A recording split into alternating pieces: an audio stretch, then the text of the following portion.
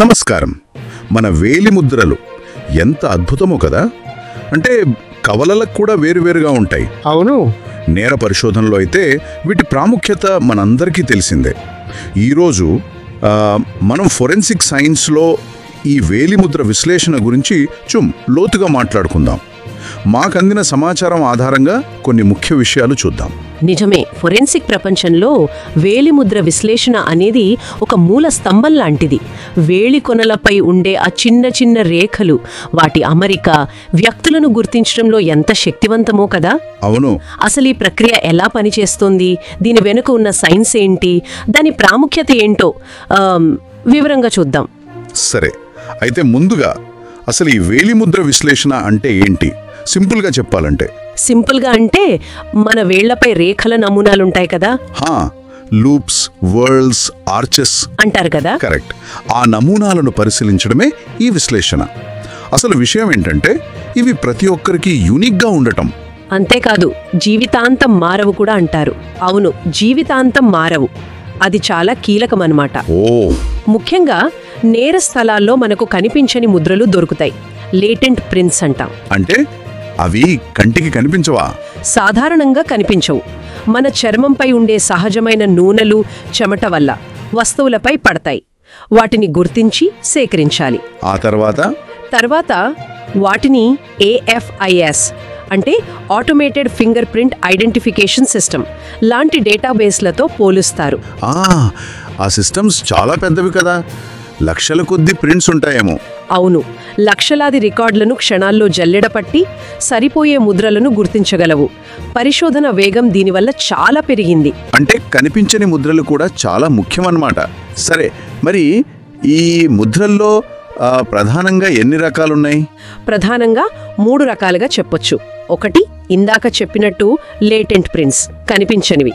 Okay. 2, patent prints. ఇవి స్పష్టంగా కనిపిస్తాయి. అంటే రక్తం, ఇంక్, దుమ్ము ఇలాంటి వాటిలో వేలు పెట్టినప్పుడు ఏర్పడతాయి. మూడవది ప్లాస్టిక్ ప్రింట్స్. మైనం, సబ్బు లేదా తడి పెయింట్ లాంటి మెత్తని వాటిపై పడినప్పుడు త్రిమితీయంగా అంటే లోతుగా ఏర్పడతాయి. సరే, ఇప్పుడు ఒక ప్రింట్ దొరికింది. అది డేటాబేస్లో ఉన్న ప్రింట్తో మ్యాచ్ అవుతుందో లేదో ఎలా అంత ఖచ్చితంగా చెప్తారు? కేవలం ఆ లూప్స్, వర్ల్స్ చూసానా? లేదు, అంత సులభం కాదు. అక్కడే అసలు నైపుణ్యం అవసరం.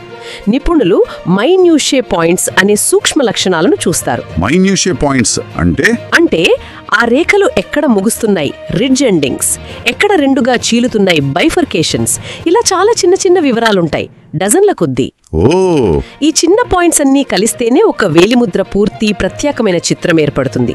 వీటిని జాగ్రత్తగా పోల్చడం ద్వారానే ఖచ్చితమైన నిర్ధారణకు వస్తారు. ఈ మైన్యూషియే పాయింట్స్ ని చూడాలంటే ముఖ్యంగా ఆ కనిపించని లేటెంట్ ప్రింట్స్ ను జాగ్రత్తగా సేకరించాలి అంటారు. మరి దానికి పద్ధతులేంటి? మనం సినిమాల్లో చూస్తామే, ఆ పౌడర్ చల్లడం. అవును, పౌడర్ డస్టింగ్ అనేది ఒక క్లాసిక్ పద్ధతి, ఇంకా చాలా ప్రభావవంతమైనది కూడా.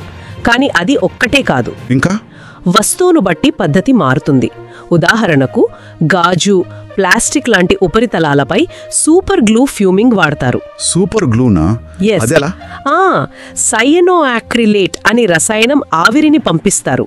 అది ఆ ముద్రపై తేమతో చర్య జరిపి తెల్లగా గట్టిపడుతుంది.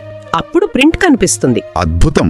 కొన్నిసార్లు పాత ప్రింట్స్ కోసం లేక మరీ అస్పష్టంగా ఉన్న వాటి కోసం యూవీ లైట్, ఫ్లోరోసెంట్ పౌడర్లు కూడా వాడతారు. మరి ఇప్పుడు టెక్నాలజీ మారింది కదా, ఈ రంగంలో కొత్త టెక్నిక్స్ ఏమైనా వచ్చాయా? ఖచ్చితంగా వచ్చాయి.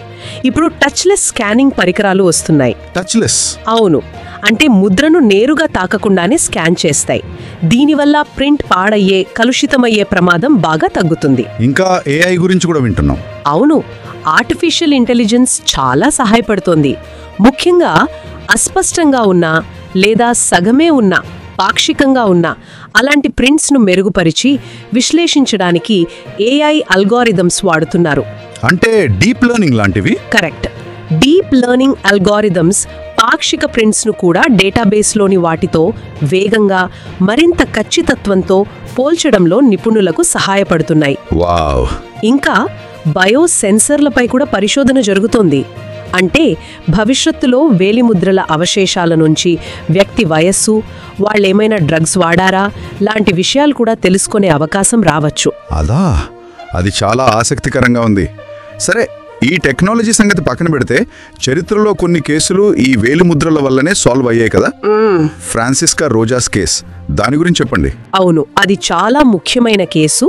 1892లో అర్జెంటీనాలో జరిగింది. ఫ్రాన్సిస్కా రోజాస్ అనే మహిళ కేసులో తలుపు మీద దొరికిన రక్తపు వేలిముద్ర ఆధారంగా ఆమెను హంతకురాలిగా గుర్తించారు. ప్రపంచంలోనే వేలిముద్ర ఆధారంగా శిక్ష పడిన మొదటి కేసది. 1892లోనేనా? అవును. తరువాత 1910లో అమెరికాలో థామస్ జెన్నింగ్స్ కేసు.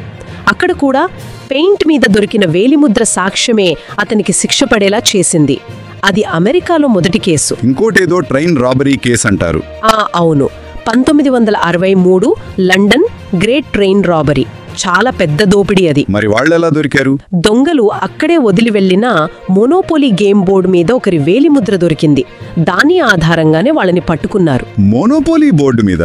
నమ్మలేకుండా ఉంది. అంటే ఈ కేసులు కేవలం నేరస్తులను పట్టుకోవడానికే కాదు, న్యాయ వ్యవస్థలో శాస్త్రీయ సాక్ష్యంపై నమ్మకాన్ని పెంచడానికి కూడా ఇవి చాలా దోహదపడ్డాయి.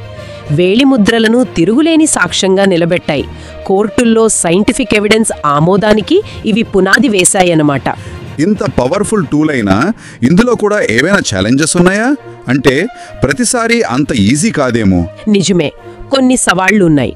కొన్నిసార్లు ముద్రలు పూర్తిగా ఉండవు, పాక్షికంగానే దొరుకుతాయి. లేదా ఒకటి కంటే ఎక్కువ ముద్రలు ఒకదాని మీద ఒకటి పడి ఉండవచ్చు, ఓవర్లాపింగ్. అప్పుడు కష్టమే కదా. అవును, అలాంటి వాటిని విశ్లేషించడం చాలా కష్టం.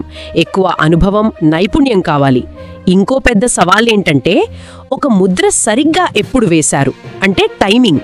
అంటే ఆ ముద్ర పాతదా కొత్తదా అని చెప్పడమా? కరెక్ట్. అది ఖచ్చితంగా చెప్పడం ఇప్పటికీ ఫోరెన్సిక్ సైన్స్లో చాలా కష్టమైన విషయం.